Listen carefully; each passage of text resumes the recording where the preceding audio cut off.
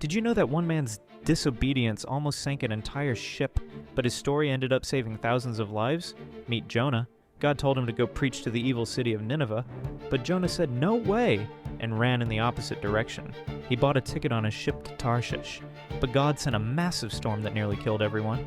The sailors were terrified. They discovered Jonah was running from God. "Throw me overboard," Jonah said. "This storm isn't my fault." So they did. Immediately the sea became calm. But God wasn't done with Jonah. A giant fish swallowed him whole.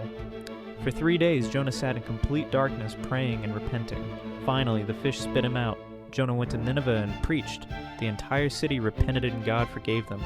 Here's the twist. Jonah got angry at God for showing mercy to his enemies. Sometimes we think we know better than God about who deserves forgiveness, but God's love is bigger than our prejudices.